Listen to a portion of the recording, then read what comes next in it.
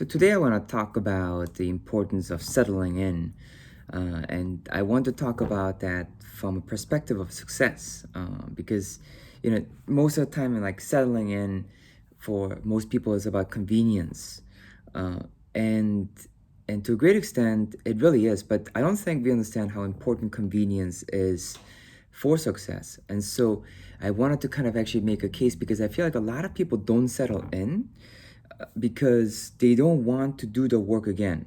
And so, to tell, like, I want to tell you a story that I feel like really just illustrates this really well. So, when we first started, we started in a small location, and we knew that we were going to move eventually because the space we started practicing in, the first dojo that we had was actually only 640 square foot.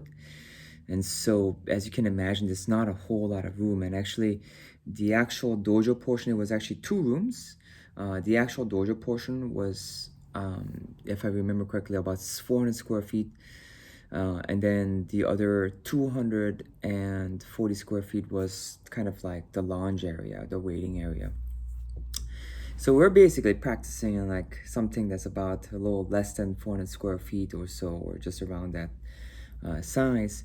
And so we knew that probably the next 2 or 3 years we would move. That sounded like a long time.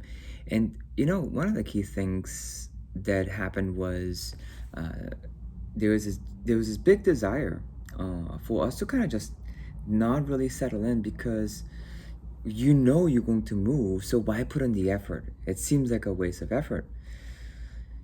And because we had some really good principles, and one of the principle is to basically live this moment as if you're in the future of the life that you want to live today, to as close to the kind of life that you want to live within your means is actually, so within the provided opportunity.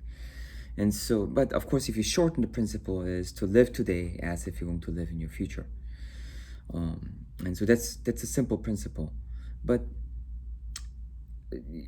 of course, you can't do that. Let's say, for instance, if you don't have the resources to do that, then you can't you can't just spend all the money that you don't have in order to kind of live the kind of life you want. And so the idea is that you have to grow into it. And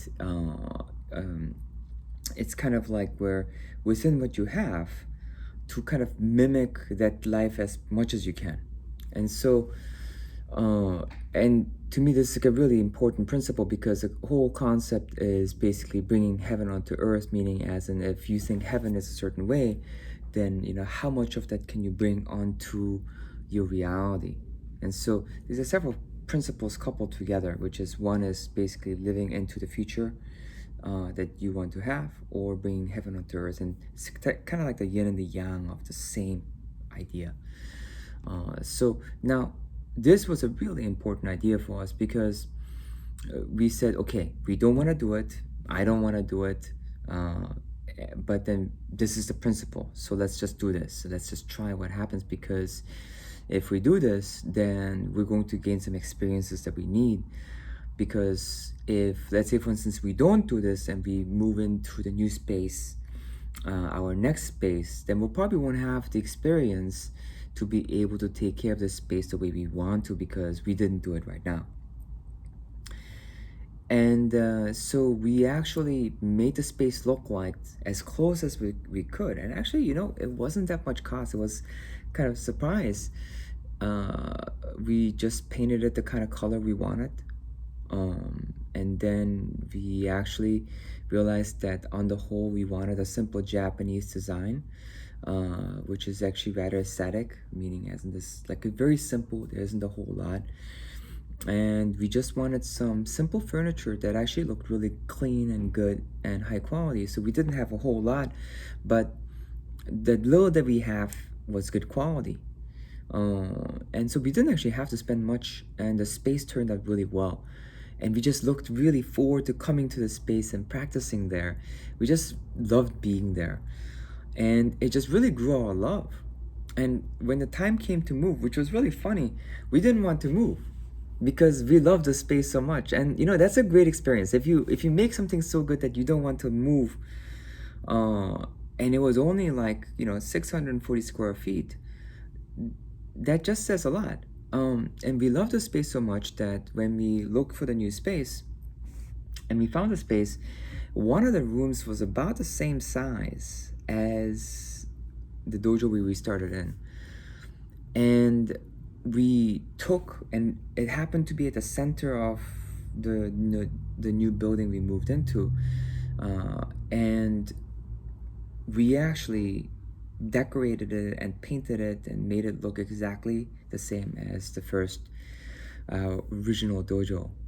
And it really brought us home, because we really lived into the future, and it really empowered us, because it made us feel like, wow, uh, we didn't lose anything. It really felt like we wasted no time at all, because we were able to take our original first baby, if you will, our love, and then we brought that love into this second space, and we could really feel the growth. And then the new space was 2,020 square feet, and because of that, we had more rooms, quite a bit more room than before, and we were able to add on to that theme.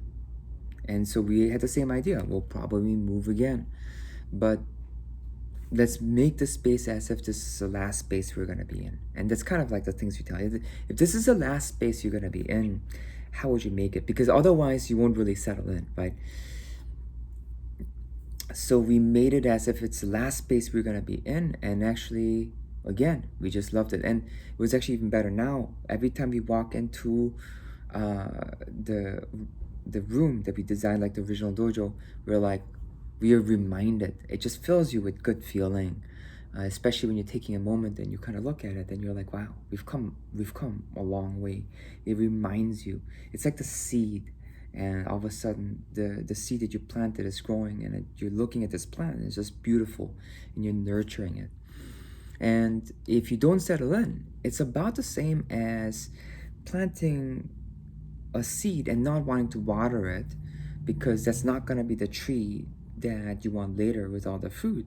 And it's kind of like, well, why water that seed now? you know I'll just water it later when it's a full tree.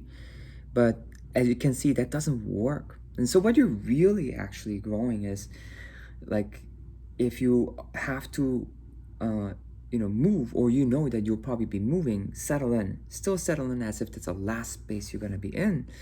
And the reason is because when you do that, you grow, you learn. And so when you get a bigger space, you will actually know how to handle that. And then when you move into the next space, then you will know how to handle that, and it will be effortless. You won't actually be faced with the learning all of a sudden all at once.